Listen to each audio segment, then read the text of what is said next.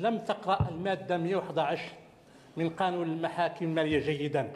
لو قرأت هذا وجدت أن الفقرة الأولى تنص على أنه لا تحول المتابعات أمام المجلس دون ممارسة الدعوى التأديبية والدعوى الجنائية، أي إنه يمكن الجمع بين الدعوى الجنائية والدعوى التأديبية وأيضا المتابعات أمام المجلس.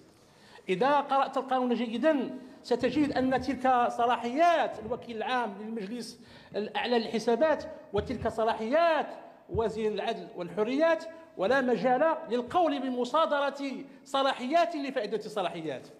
أما وأنك سيدي تحدثت بهذا القول الغليظ اللي هو الانتقائية، مرة أخرى أتحداك وأتحدى كل من يتحدث عن الانتقائية أن تراقبوا الأداء ديال وزير العدل والحريات. لماذا لا تتجرؤوا على تشكيل لجنة تقصي الحقائق لنقف على كل ملفات ملفا ولنقف هل هناك ثمة انتقائية؟ هل هناك تمييز بين فريق الحزبي وفريق الحزبي؟ أقول لكم إنكم قد مسكتم من اليد ومن الجانب الذي يضركم في جسدكم الحزبي وهو الفساد. وأقول لكم حضرات